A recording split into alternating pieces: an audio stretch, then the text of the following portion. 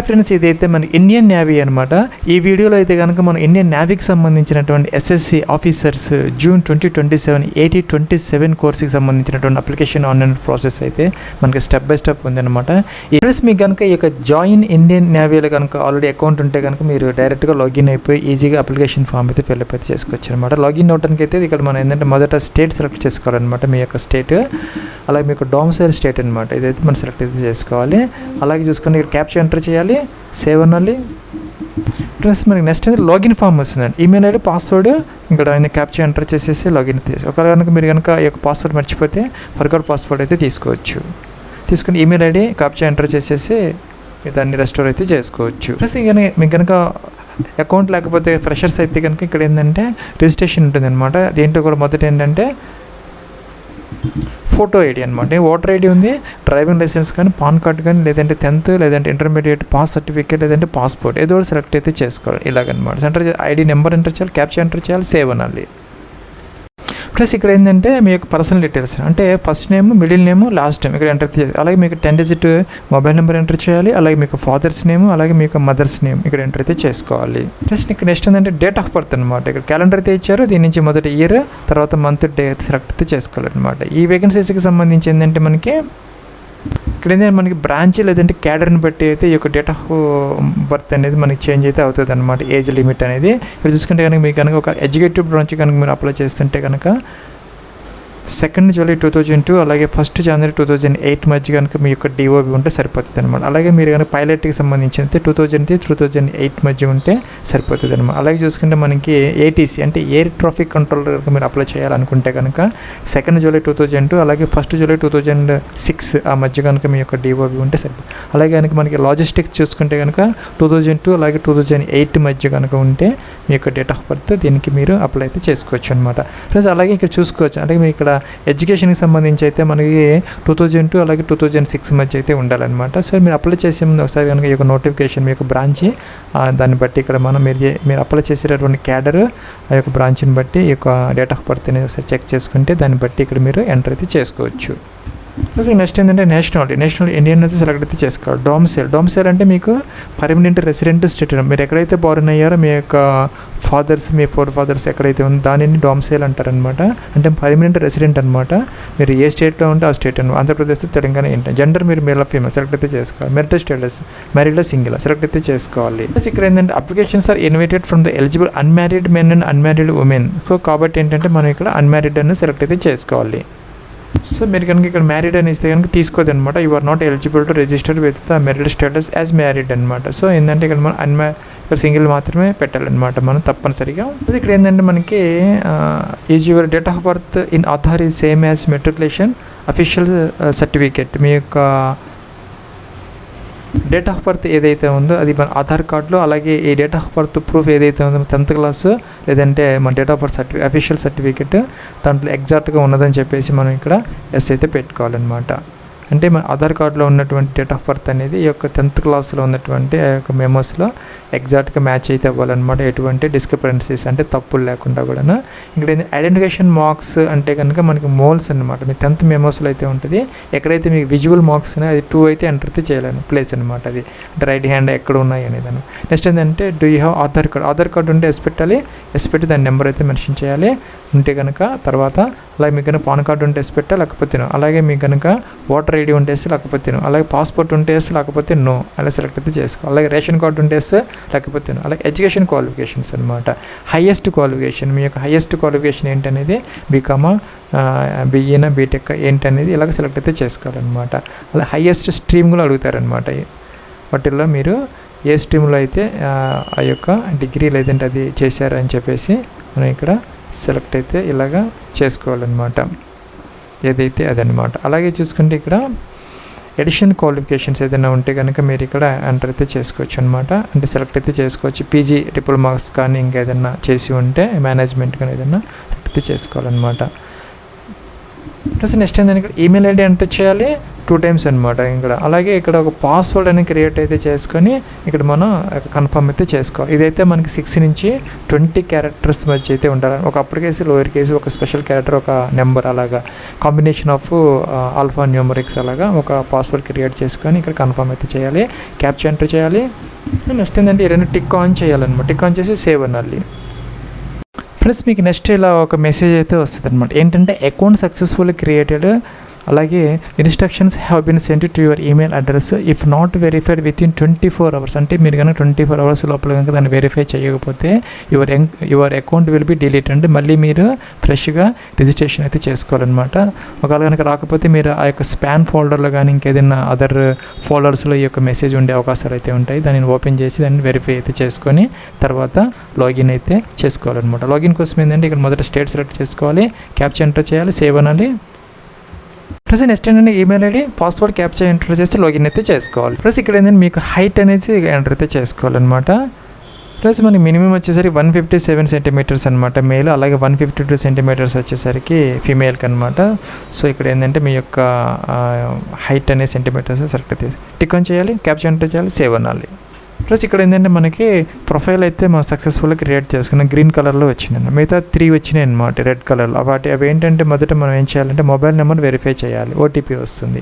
Verify చేసి ఈ కాలం కూడా అయిపోతుంది. నెక్స్ట్ వచ్చేసరికి ఏంటంటే ఎడ్యుకేషన్ క్వాలిఫికేషన్స్ అవి కూడా ఎంటర్ చేస్తే ఆ ట్యాబ్ కూడా అయిపోతుంది. నెక్స్ట్ ఏంటంటే ఇక్కడ మనకి కమ్యూనికేషన్ పర్టికులర్స్ అంటే అడ్రస్ డీటెయిల్స్ ఇవి ఎంటర్ చేసేస్తే ఈ ట్యాబ్ కూడా అయిపోతుంది. అంటే స్టెప్ బై స్టెప్ మనం ఒక్కొక్కటి చేసుకుంటూ రావాలి.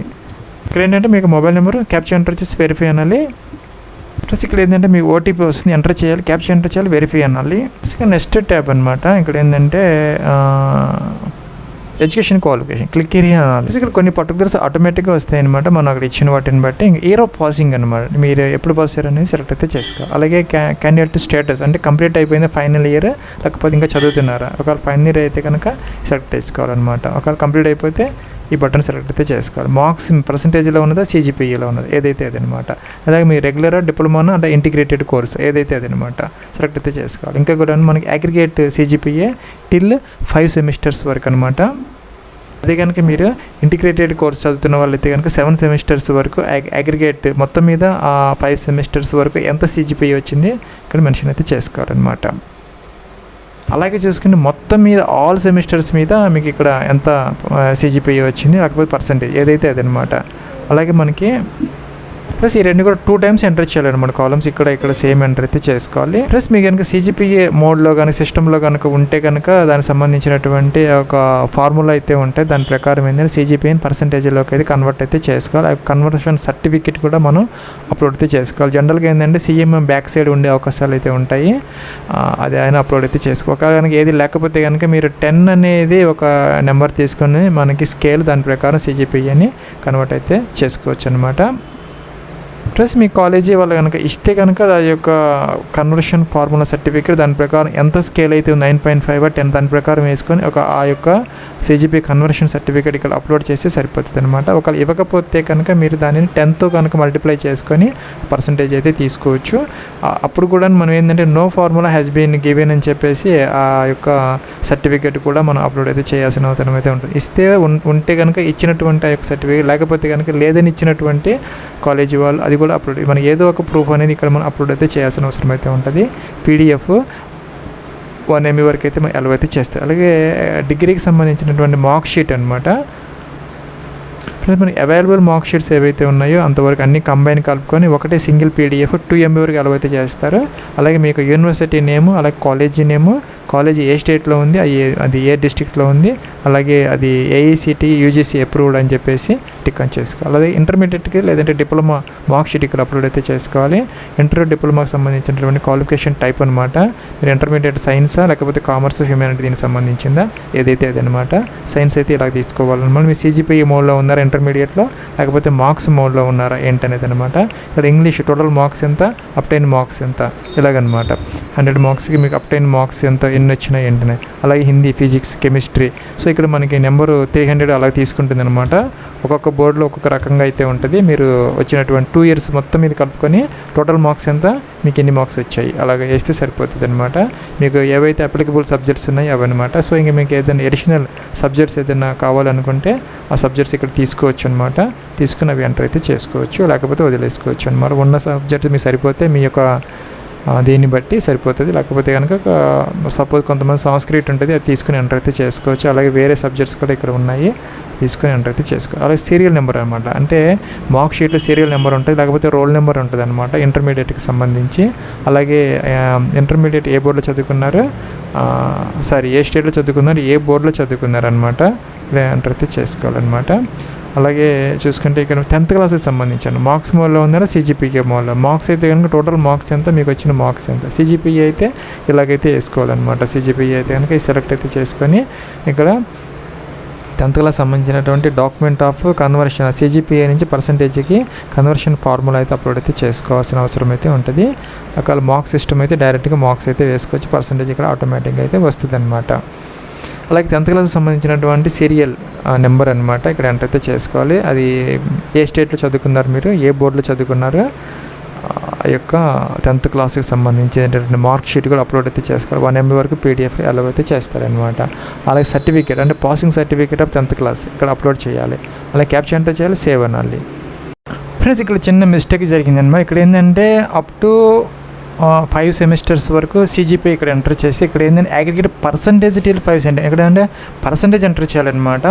సో ఇక్కడ ఏంటంటే ఒకవేళ కనుక మీ కాలేజీ వాళ్ళు కనుక మీకు ఆ స్కేల్ అంటే 10 పాయింట్స్ లేకపోతే 9.5 అని ఇవ్వకపోతే కనుక 10 స్కేల్ తీసుకొని ఇక్కడ మీరు ఎంటర్ అయితే చేసుకోవాలన్నమాట. అంటే మీకు వచ్చినటువంటి సిజిపిఏ ఇంటూ 10 వేసుకోవాలి. ఉంటే కనుక 9.5 ఏదైతే అది ఇక్కడ వేసుకోవాలని. ఇక్కడ కూడా అంతేనమాట. All semesters aggregate CGPA total percentage ఇక్కడైతే వేసుకోవాలన్నమాట.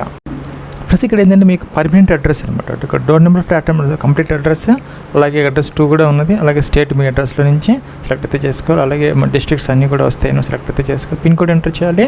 ఇంకా మనకి ఏంటంటే ఆల్రెడీ మొబైల్ నెంబర్ అయితే మనం వెరిఫై అయితే చేసేసుకున్నాం కాబట్టి ఇక్కడ వెరిఫైడ్ అని వచ్చింది.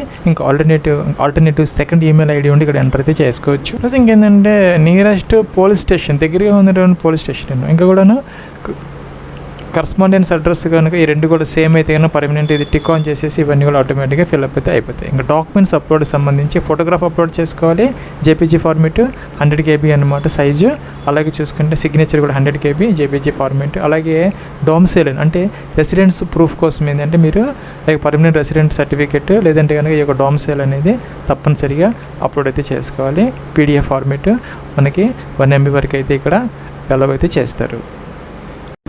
ప్లస్ ఇక్కడ ఏంటంటే మీకు పర్మనెంట్ అడ్రస్ అనమాట. ఇక్కడ door number, flat number, complete address, అలాగే అడ్రస్ 2 కూడా ఉన్నది. అలాగే స్టేట్ మీ అడ్రస్లో నుంచి సెలెక్ట్ అయితే చేసుకోవాలి. అలాగే మన డిస్ట్రిక్ట్స్ అన్నీ కూడా వస్తాయి, సెలెక్ట్ అయితే చేసుకోవాలి. పిన్ కోడ్ ఎంటర్ చేయాలి. ఇంకా మనకి ఏంటంటే ఆల్రెడీ మొబైల్ నెంబర్ అయితే మనం వెరిఫై అయితే చేసేసుకున్నాం కాబట్టి ఇక్కడ వెరిఫైడ్ అని వచ్చింది.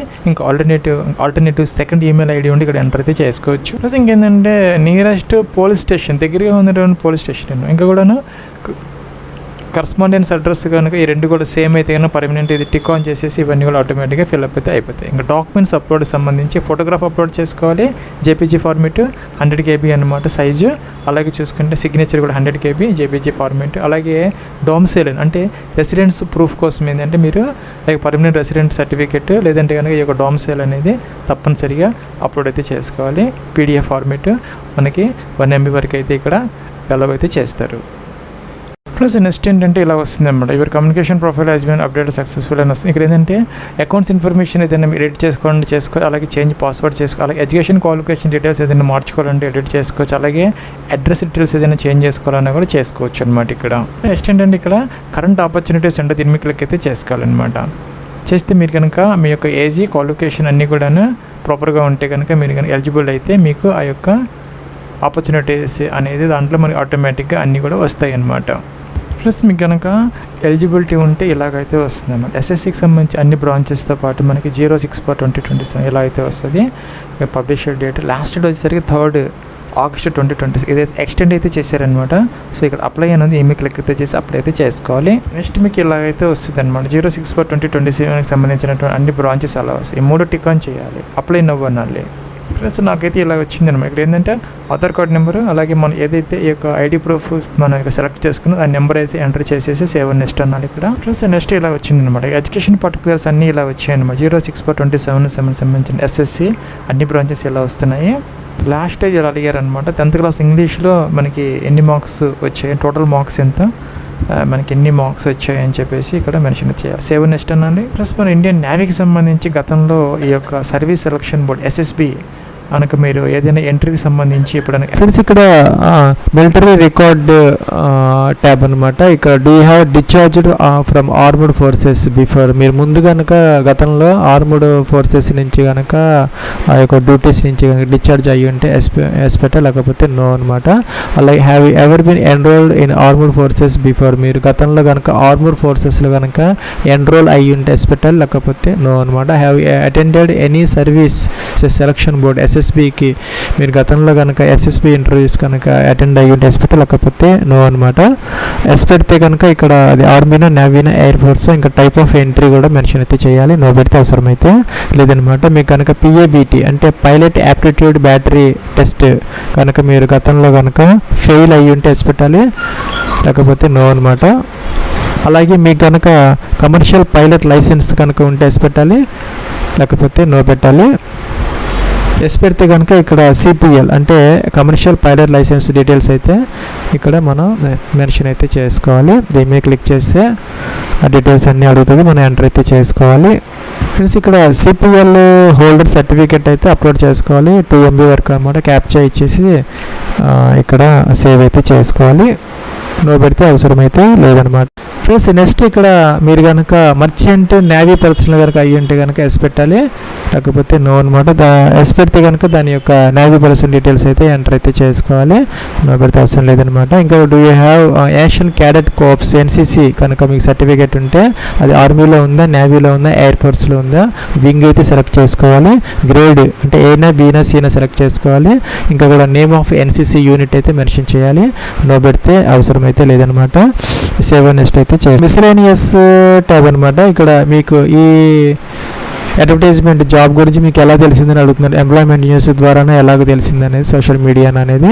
ఇంకా కూడా మీకు ఈ నేవీలోకి జాయిన్ అవడానికి మిమ్మల్ని ఏదైతే మోటివేట్ చేసిందో దాని గురించి అడుగుతున్నారు అనమాట. ఫ్రెండ్స్ చేశారా, లేకపోతే ఇక్కడ నేవీ యాడ్స్, ఇంకా కూడా దేని నుంచి అని చెప్పేసి ఇక్కడ వేరియస్ ఆప్షన్స్ అయితే ఉన్నాయి. ఏదో ఒకటి సెలెక్ట్ అయితే మీరు చేసుకోవచ్చు అనమాట. ఇంకా కూడా కిందకి రావాలి. డూ యూ నో, మీకు కనుక స్విమ్మింగ్ కనుక వచ్చి ఉంటే ఎస్ పెట్టే, లేకపోతే నో అనమాట. ఫ్రెండ్స్ ఇవన్నీ కూడా రికార్డ్ పర్పస్ అనమాట. And will have no role in selection process. ఇదైతే మిస్లేనియస్ డీటెయిల్స్ అనేది జస్ట్ ఫర్ రికార్డ్ పర్పస్ కోసం అని చెప్పేసి ఇక్కడ మెన్షన్ అయితే చేశారు. సో ఇవన్నీ కూడా సెలక్షన్ ప్రాసెస్లో ఏదంటే ఇవన్నీ పార్ట్ కాదనమాట, భాగం కాదు.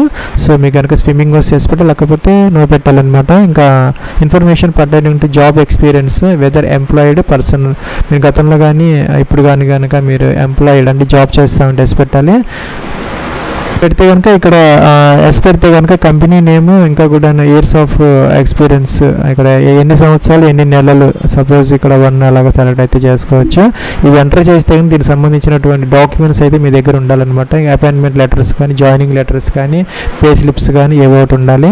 నో పెడితే అవసరం లేదనమాట. సేవ్ నెక్స్ట్ అయితే చేసుకోవాలి. ఇది అటెండ్ అయ్యారు అడుగుతున్నారనమాట. అది అసలు అవ్వకపోతే 0 పెట్టుకోవచ్చు. అది ఎన్నిసార్లు అయితే నెంబర్ అయితే మనం మెన్షన్ అయితే చేయాలి. ఇక్కడ అప్లోడ్ చేసిన డాక్యుమెంట్స్ అన్ని వ్యూ చూసుకోవచ్చు అనమాట. అన్ని సిగ్నేచర్ అన్ని పర్ఫెక్ట్గా ఉన్నాయి లేదండి, బాగుంటే కనుక సేవ్ నెక్స్ట్, లేకపోతే మనం ఇక్కడ ఎడిట్ అయితే చేసుకోవచ్చు. ఇక్కడ ప్రయారిటీ అడుగుతున్నారనమాట. మనకి చెప్పినటువంటి ఇంత బ్రాంచెస్లో మనం ఏదైతే మన పైలట్, ఎన్ఏఓ, లేకపోతే లాజిస్టిక్స్ ఏంటండి, ఇక్కడైతే మనం 5 అయితే ఇవ్వచ్చు అనమాట. మీకు కనుక మిగతా వాళ్ళకి వద్దనుకుంటే కనుక ఇలాగా అన్నిటి కూడా మనం నన్ను అయితే పెట్టుకోవచ్చు. జస్ట్ మనం అన్నీ ఎంటర్ చేసాం, అన్నీ ప్రాపర్గా ఉన్నాయి. ఇక్కడ అన్నీ కూడా మనం చూసుకోవచ్చు అనమాట. ఇప్పుడు ఎంటర్ చేసినటువంటి అన్ని డీటెయిల్స్ అన్ని ప్రివ్యూ చూసుకొని అన్ని ప్రాపర్గా ఉంటే ఇక్కడ సబ్మిట్ అయితే అప్లికేషన్ చేసుకోవచ్చు. ఎటువంటి ఫీజు అనేది మనకి లేదనమాట.